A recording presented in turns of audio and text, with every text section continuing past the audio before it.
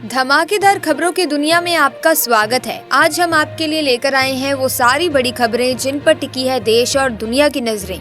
चाहे राजनीति की उठापटक हो, खेलों में नया मोड़ या फिर मनोरंजन जगत के चर्चित किस्से, हर खबर आपको सबसे पहले यही मिलेगी। तो चलिए शुरू करते हैं दिन भर की सबसे बड़ी और सनसनीखेज खबरें। बता दें कि मिनिस्ट्री ऑफ कल्चर और इंटरनेशनल बुद्धिस्ट कॉन्फेडरेशन के सहयोग से 5 और 6 नवंबर को न्यू दिल्ली में पहला एशियन बुद्धिस्ट समिट आयोजित हो रहा है, जिसका थीम है role of Buddha Dhamma in strengthening Asia. President Draupadi Murmu के चीफ गेस्ट के रूप में शामिल होने की संभावना भी जताई जा रही है। वहीं इसरो ने लद्दाख के लेह में देश के पहले एनालॉग स्पेस मिशन की शुरुआत की है, जिसका उद्देश्य इंटरप्लैनेटरी हैबिट में लाइफ को सिमुलेट करना है। ये मिशन भारत के फ्यूचर मून मिशन के लिए एक बहुत ही अच्छा स्टेप है। एनालॉग मिशन अर्थ पर स्पेस लाइक कंडीशंस का परीक्षण कर स्पेस रिसर्च के चैलेंजेस का समाधान ढूंढने में मदद करेगा। वहीं देखिए, डिफेंस मिनिस्टर राजनाथ सिंह ने कहा कि आत्मनिर्भर भारत अभियान के सकारात्मक परिणाम मिल रहे हैं और 2029 और 30 तक डिफेंस एक्सपोर्ट 50,000 करोड़ रुपए तक पहुंच सकता है। आईआईटी कानपुर के 65वें फाउंडेशन डे पर उन्होंने युवाओं से डेवलप्ड इंडिया के लक्ष्य को हासिल करने के लिए इंडिजीनियस टेक्नोलॉजिकल कैपेबिलिटीज बढ़ाने का आह्वान किया। वहीं हरियाणा विधानसभा चुनाव को लेकर कांग्रेस की कंप्लेंट्स को इलेक्शन कमीशन द्वारा खारिज किए जाने पर कांग्रेस ने पलटवार किया है। कांग्रेस का कहना है कि आयोग ने न केवल खुद को क्लीन चिट दी है, बल्कि कई फैक्ट्स का बिना जांच के ही जवाब दिया है, जो आयोग की ट्रांसपेरेंसी पर सवाल उठाता है। वहीं देखिए दोस्तों, अगली खबर, गाजा में छिपे हमास के आतंकवादियों के खिलाफ इजरायल की कार्रवाई जारी है। हाल ही में नुसैरत रिफ्यूजी कैंप पर इजरायली एयर स्ट्राइक्स में कम से कम 42 फलस्तीनी मारे गए हैं और 150 से अधिक घायल हुए हैं। फिलिस्तीनी सुरक्षा सूत्रों के अनुसार इजरायली सेना सुबह से नुसीरात में बसे घरों में बमबारी कर रही है, जिससे स्थिति गंभीर बनी हुई है। साथ ही बता दें कि छठ पर्व के अवसर पर प्रवासियों के लिए बांद्रा टर्मिनस से गोरखपुर के लिए एक साधारण एक्सप्रेस ट्रेन चलाई जाएगी। ये कदम प्रवासियों की यात्रा को आसान बनाने के लिए उठाया गया है। साथ ही कंप्यूटर प्रशिक्षण योजना के तहत वित्तीय वर्ष 2024 और 25 के द्वितीय चरण में अन्य पिछड़े वर्ग के शिक्षित बेरोजगार युवक युवतियों के लिए एप्लीकेशन डेट बढ़ा दी गई है। अब इच्छुक अभ्यर्थी 10 नवंबर तक ओ लेवल और सीसीसी कंप्यूटर प्रशिक्षण के लिए ऑनलाइन आवेदन कर सकते हैं। पहले एप्लीकेशन डेडलाइन 30 अक्टूबर तक थी। अब तक 9,000 से अधिक अभ्यर्थियों ने आवेदन किया है। इसी तरह से दोस्तों, खबरों का सिलसिला इस वीडियो में चलता रहेगा, लेकिन अगर आप चैनल पर पहली बार आए हैं और चैनल को सब्सक्राइब नहीं किया है तो जल्दी से चैनल को सब्सक्राइब करके बेल आइकन को प्रेस कीजिए ताकि नए वीडियोस की अपडेट आपको मिलती रहे। Centre for research on energy and clean air की रिपोर्ट के मुताबिक दीपावली की आतिशबाजी से देश के 10 सबसे प्रदूषित शहरों में एनसीआर के 3 शहर शामिल रहे। 1 नवंबर को गाजियाबाद में PM 2.5 का स्तर सबसे अधिक रहा, जिससे ये सबसे प्रदूषित शहर बना, जबकि दिल्ली तीसरे और मेरठ चौथे स्थान पर रहा।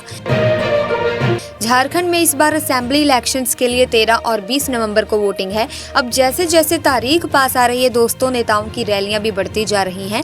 होम मिनिस्टर अमित शाह 3 रैलियों में जाएंगे और साथ ही भाजपा का मैनिफेस्टो भी जारी करेंगे। चुनावी माहौल गर्म है, सब पार्टीज जमकर प्रचार कर रही हैं। अमेरिका में 5 नवंबर को प्रेसिडेंशियल इलेक्शन है, जिसमें डेमोक्रेटिक पार्टी से कमला हैरिस और रिपब्लिकन पार्टी से डोनाल्ड ट्रंप मैदान में हैं। दोनों उम्मीदवार आखिर वक्त में जोर शोर से कैंपेनिंग कर रहे हैं और पब्लिक से भावुक अपील कर रहे हैं। खासकर हैरिस को महिलाओं का अच्छा सपोर्ट मिल रहा है। इलेक्शन का माहौल काफी जोश से भरा हुआ है। राहुल गांधी 5 नवंबर को तेलंगाना में एक डोर टू डोर जाति सर्वेक्षण शुरू होने से पहले बोवेनपल्ली में गांधी विचारधारा केंद्र में एक बैठक में जाएंगे। ये बैठक TPCC ने रखी है और इसका मकसद राज्यव्यापी जाति सर्वेक्षण पर चर्चा करना है। देखना है कि सर्वेक्षण का क्या असर होता है। वहीं विदेश मंत्रालय ने जानकारी दी है कि विदेश मंत्री डॉक्टर S जयशंकर ऑस्ट्रेलिया और सिंगापुर के दौरे पर जाएंगे। इस यात्रा के दौरान डॉक्टर जयशंकर ब्रिस्बेन भी जाएंगे, जहां वे ऑस्ट्रेलिया में भारत के चौथे वाणिज्य दूतावास का उद्घाटन करेंगे। केदारनाथ धाम के कपाट शीतकाल के लिए बंद कर दिए गए हैं। कपाट बंद होने के बाद बाबा केदारनाथ की डोली यात्रा आर्मी बैंड के साथ ओंकारेश्वर मंदिर ऊखीमठ के लिए रवाना हुई, जिसमें भक्तों की भारी भीड़ थी। बता दें कि इंटरनेशनल लेबर ऑर्गेनाइजेशन की 352वीं मीटिंग जिनेवा में 28 अक्टूबर से 7 नवंबर तक चल रही है। इस मीटिंग में श्रम और रोजगार सचिव सुमिता डावरा ने भारत की गरीबी इरेडिकेशन के प्रयासों की जानकारी दी, जिसमें आपको बता दें कि 24 करोड़ 80 लाख लोग गरीबी से बाहर निकाले गए हैं। उन्होंने ये भी बताया कि 2016 और 17 से 2022 और 23 के बीच लगभग 17 करोड़ लोगों को एम्प्लॉयमेंट बढ़ाने के लिए आर्थिक गतिविधियों में शामिल भी किया गया है। वहीं आपको बता दें कि लखनऊ में डेंगू और मलेरिया के केसेस तेजी से बढ़ रहे हैं। हेल्थ डिपार्टमेंट की रिपोर्ट के मुताबिक पिछले 24 घंटों में 45 नए केसेस सामने आए हैं, जिससे टोटल इन्फेक्टेड लोगों की संख्या 1979 तक पहुंच गई है। इससे बढ़ते आउटब्रेक से लोगों में डर है और एडमिनिस्ट्रेशन की रिस्पॉन्सिबिलिटीज पर भी अब सवाल उठ रहे हैं। दोस्तों, भारत में निजी क्षेत्र के बैंकों के नए लोन्स महंगे हो गए हैं। सितंबर 2024 में इनका weighted average lending rate 14 basis points बढ़कर 10.33% हो गया, जबकि अगस्त में ये 10.19% थी। भारतीय रिजर्व बैंक के आंकड़ों के अनुसार इस दौरान स्केड्यूल्ड कमर्शियल बैंक्स की ब्याज दरों में 4 बेसिस पॉइंट्स की कमी आई है, जो सितंबर में 9.37% रही। Minister of state for environment Kirti Vardhan Singh ने कोलंबिया में पार्टियों के सम्मेलन की 16वीं बैठक में भारत की अघतन नेशनल बायोडायवर्सिटी एक्शन प्लान का शुभारंभ किया। उन्होंने इस योजना के अघतन में भारत के होल ऑफ गवर्नमेंट और होल ऑफ सोसाइटी दृष्टिकोण के महत्व पर जोर दिया। NBSAP का उद्देश्य एनवायरमेंटल चैलेंजेस से निपटने के लिए स्ट्रेटजीज का एक रूपरेखा तैयार करना है। वहीं विदेश मंत्री एस जयशंकर 3 से 8 नवंबर 2024 तक ऑस्ट्रेलिया और सिंगापुर का दौरा करेंगे। इस दौरान वे ब्रिस्बेन में भारत के चौथे कॉन्सुलेट जनरल का उद्घाटन करेंगे, जो भारत ऑस्ट्रेलिया संबंधों को मजबूत करेगा। बता दें कि उनकी ये यात्रा महत्वपूर्ण डिस्कशंस का हिस्सा बनेगी, जिसमें ट्रेड, डिफेंस और अन्य मुद्दों पर चर्चा होगी। भारत को वित्त वर्ष 2024 और 25 से 2029 और 30 तक 6.5% की औसत ग्रोस वैल्यू एडेड वृद्धि बनाए रखने के लिए हर साल लगभग 10 मिलियन नई जॉब्स का सृजन करना होगा। अफोर्डेबल हाउसिंग के निर्माण के प्रोत्साहित करने से रियल एस्टेट क्षेत्र को मजबूती मिलेगी, क्योंकि ये 80% से अधिक लेबर फोर्स को एम्प्लॉयमेंट प्रदान करता है। वहीं बता दें कि कनाडा और भारत के बीच पिछले 1 साल से तनाव बढ़ रहा है। कनाडा ने बिना सबूत के भारत के खिलाफ कई आरोप लगाए हैं। विशेषज्ञों का कहना है कि कनाडा तनाव कम करने पर विचार नहीं कर रहा, अन्यथा वो कूटनीतिक तरीके अपना रहा है। एप्पल ने आईफोन 14 प्लस मॉडल को टेक्निकल इश्यूज के कारण वापस बुलाया है, जिसमें 10 अप्रैल 2023 से 28 अप्रैल 2024 के बीच बेचे गए स्मार्टफोन से शामिल हैं। हालांकि कंपनी ने अफेक्टेड मॉडल्स की संख्या का खुलासा अभी तक नहीं किया।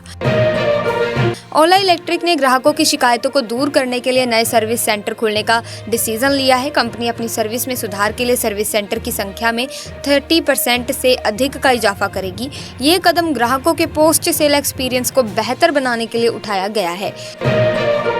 वहीं प्रधानमंत्री नरेंद्र मोदी और ग्रीस के प्रधानमंत्री क्यारिकोस मित्सोटाकिस ने हाल ही में हाई लेवल बातचीत के बाद द्विपक्षीय संबंधों में बढ़ती गति की सराहना की है। दोनों नेताओं ने इंडिया ग्रीस स्ट्रैटेजिक पार्टनरशिप को मजबूत करने के लिए अपनी कमिटमेंट जताई और मित्सोटाकिस ने पीएम मोदी को लोकसभा चुनाव में तीसरी बार जीतने पर बधाई भी दी।